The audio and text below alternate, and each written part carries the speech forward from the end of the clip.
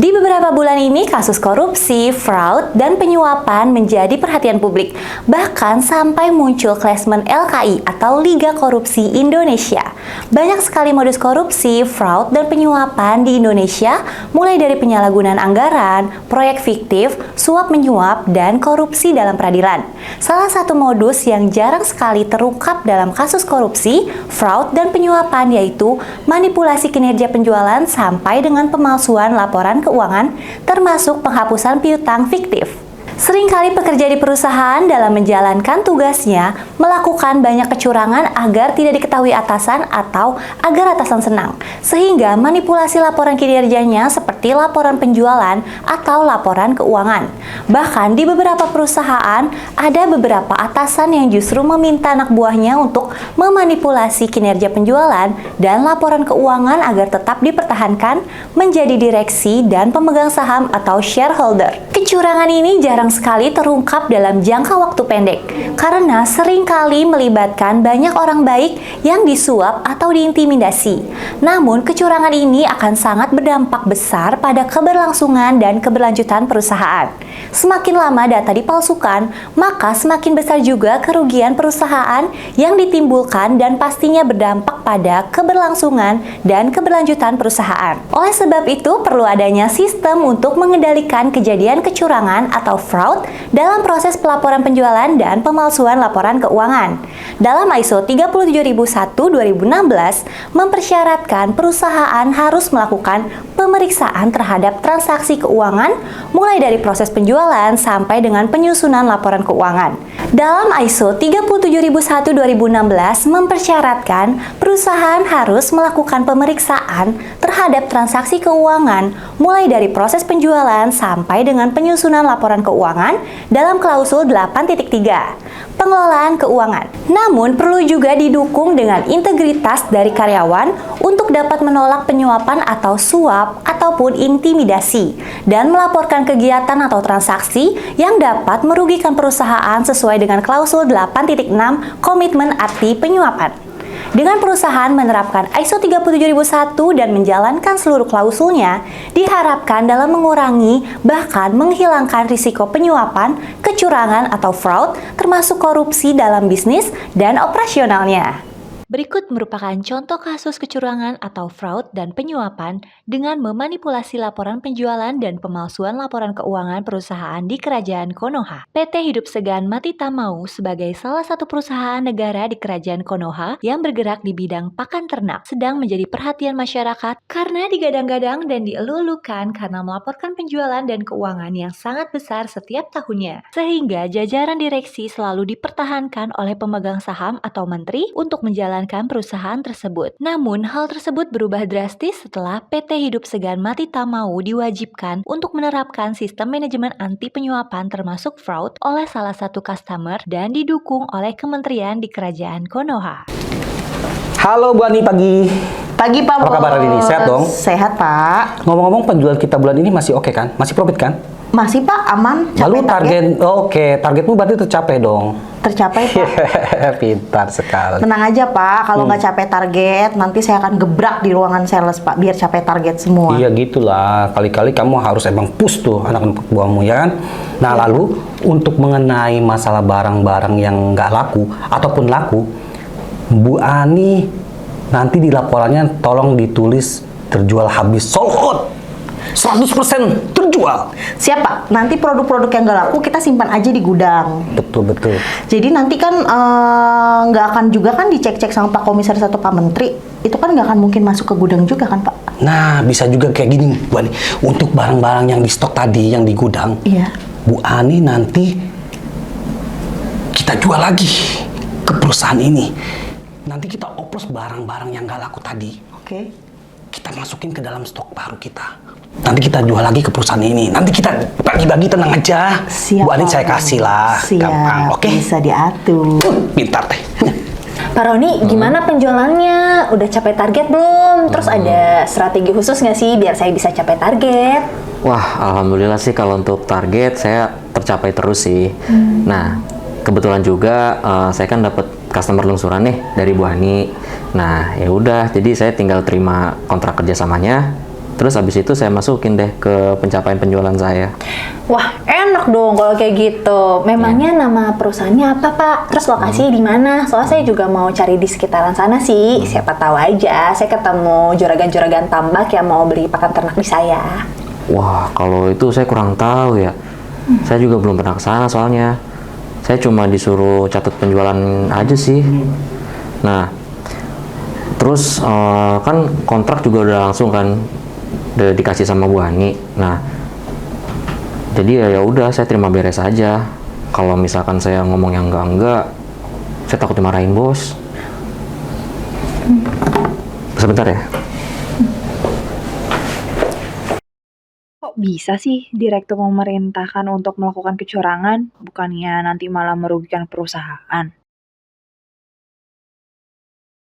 Kemudian di suatu waktu, karena PT Hidup Segan Mati Tak Mau menerapkan sistem manajemen anti penyuapan dan fraud, sehingga banyak sekali training-training dan sosialisasi yang disampaikan ke semua karyawan terkait risiko penyuapan dan kecurangan, pelaporan WBS, laporan gratifikasi, termasuk komitmen anti penyuapan atau Fakta Integritas yang setiap tahunnya selalu ditandatangani oleh semua karyawan. Kemudian seiring berjalannya waktu, PT Hidup Segan Mati Tak Mau mengalami krisis keuangan, di mana banyak vendor yang tidak dibayar, bahkan gaji karyawan yang sering kali telat. Namun anehnya, penjualan selalu tinggi dan laporan keuangan yang disampaikan selalu untung besar, secara tulisan maupun laporan keuangan. PT Hidup Segan Mati Tak Mau mengalami cash flow yang buruk dan alasannya karena piutang tinggi yang tidak tertagih. Bu, maaf nih, saya mau tanya. Kok akhir-akhir ini kalau kita gajian tuh selalu telat ya? Kan padahal penjualan kita bagus, Bu.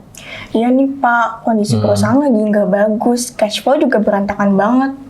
Oh gitu. Padahal kan produk kita laku keras ya. Saya juga bingung sih Pak, padahal penjualan bagus, barang-barang udah keluar semua. Ya. Invoice juga udah keluar sesuai kontrak kerjasama dan surat jalan. Oh gitu, Bu. Tapi kalau saya lihat di laporan keuangan kan kita untung terus nih ya. Kok bisa kejadian gitu loh? Ini maaf nih ya, saya sebelumnya nggak terlalu ngerti finance sama accounting nih. Iya Pak, kalau di keuangan itu, kalau invoice udah keluar dan diterima, itu udah kita bilang sebagai pendapatan. Ya meskipun duitnya belum ditransfer ke kita sih, cuman masalahnya itu adalah piutang yang selalu nunggak Pak. Oh, seperti itu ya, Bu. Kalau gitu mah bisa dibilang kecurangan gak sih, Bu? Nggak boleh susun gitu. Tapi bener juga sih apa yang dibilang Bu Indira. Saya juga aneh. Piutang tidak bisa ditagih, tapi setiap tahun dihapuskan. Padahal sesuai prosedur, piutang itu bisa dihapuskan atas persetujuan dari komisaris dan menteri sebagai pemegang saham. Kalau seperti ini, mungkin Pak Menteri dan juga Pak Komisaris nggak tahu sih. Cuman ya, saya sebagai karyawan ya ikut atasan aja sih. Laporan aja yuk melalui aplikasi WBS. Kita kan pernah tuh ikut training, seminar tentang anti suap, fraud, dan WBS dan lainnya. Kalau bukan kita siapa lagi? Kita kan di sini pengennya lama. Kalau misalnya kayak gini terus, lama-lama perusahaan bisa tutup. Jangan gitu deh. Kan kamu juga anak baru di sini. Ntar kalau misalkan atasan kita tahu, ntar kamu ada kemungkinan dipecat loh. Ya nggak apa-apa Pak Roni. Kalau Bu Indira punya bukti mah, tapi ya kalau saya ya diem aja, pura-pura nggak tahu apa-apa. Nanti kalau saya macam-macam dipecat lagi. Selamat siang semuanya. Siang, Pak. Infonya perusahaan saat ini cash flow-nya lagi bermasalah ya? Isu itu benar adanya, Pak, betul sekali. Dan lagi perusahaan kita ini, cash flow kita ini sedang berantakan, Pak.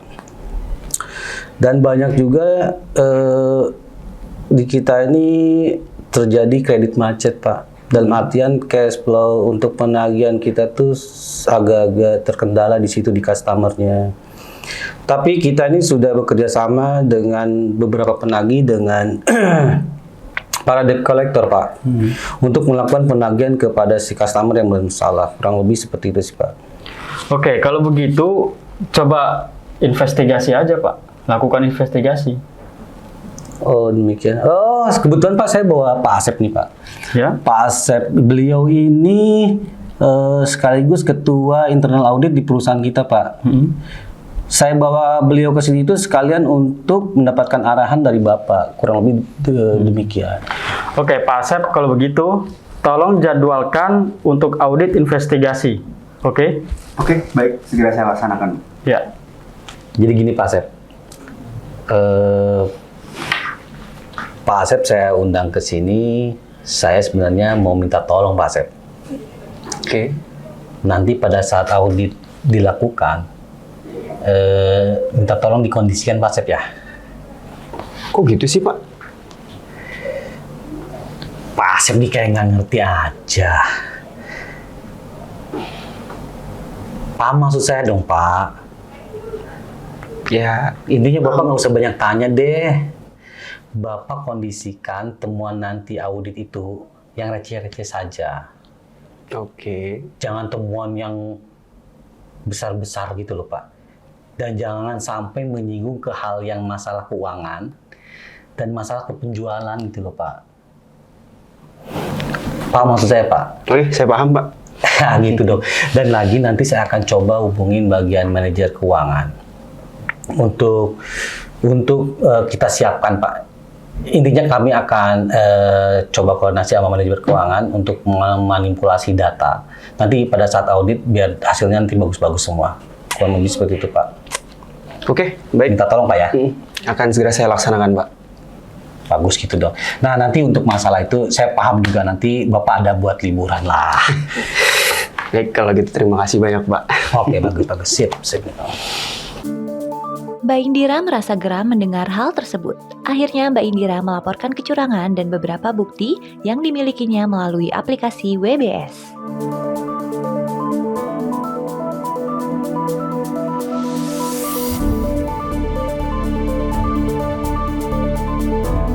Bu Rohimah selaku pengelola WBS dan Ketua FKAP menerima laporan yang diinput oleh Mbak Indira dan Bu Rohimah segera melaporkan kasus ini ke komisaris karena terduga terlapor setingkat direksi.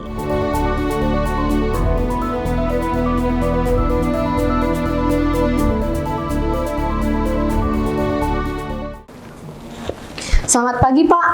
Oh iya, pagi. Silakan, Bu Rahimah. Ada apa ya, Bu?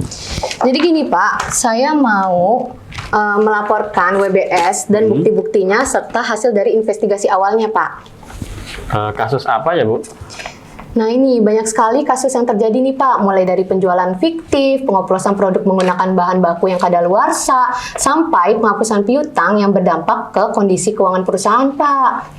Loh, hasil internal audit kemarin bagus semua kok, Bu. Pak Direktur juga sudah melaporkan kalau kondisi keuangan sudah membaik.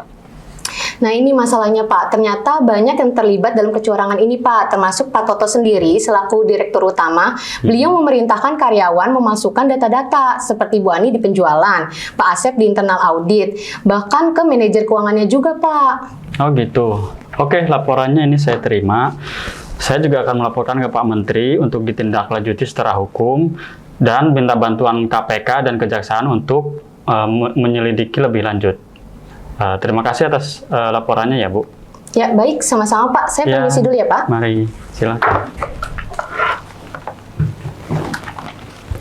Selanjutnya, Pak Toto, Bu Ani, dan Pak Asep beserta manajer keuangan diperiksa oleh Komite Etik yang dipimpin langsung oleh Komisaris dan Menteri sebagai pemegang saham. Karena yang melakukan kecurangan setingkat direksi, serta dijatuhi sanksi disiplin pegawai atau pemecatan, dan prosesnya dibawa ke ranah hukum hingga dijatuhi penjara seumur hidup dan dimiskinkan. Akhirnya Menteri merujuk direksi baru yang benar-benar memiliki integritas dan tidak terafiliasi dengan partai politik manapun untuk memimpin PT Hidup Segan Mati Tak Mau. Akhirnya perusahaan tersebut benar-benar berkembang dan karyawannya sejahtera, tidak seperti nama perusahaannya.